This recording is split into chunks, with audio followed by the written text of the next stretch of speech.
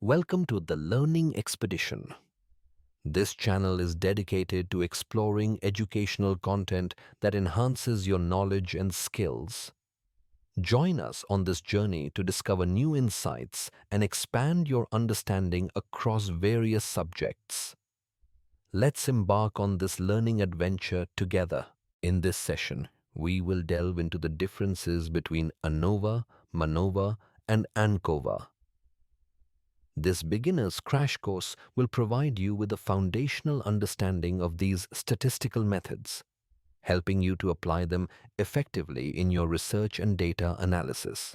ANOVA, or analysis of variance, is used when you want to test if the means of a single outcome differ across three or more groups.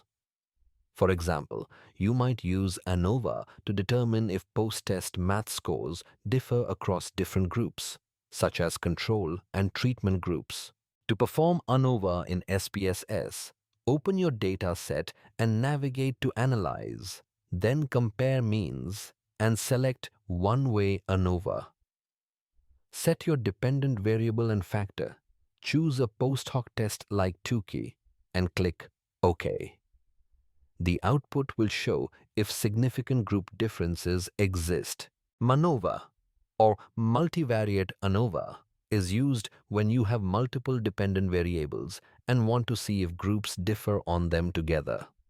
For instance, you might explore if groups differ on both post-test math and reading scores simultaneously. In SPSS, perform MANOVA by selecting Analyze, then General Linear Model and Multivariate. Set your dependent variables and fixed factor, then click OK. The output will include Wilks-Lawson-Denoza lambda, indicating multivariate test results and individual ANOVA tables for each outcome. ANCOVA, or analysis of covariance, is used to test group differences while controlling for another variable, known as a covariate. For example, you might assess if groups differ on post-test math scores after adjusting for pre-test scores.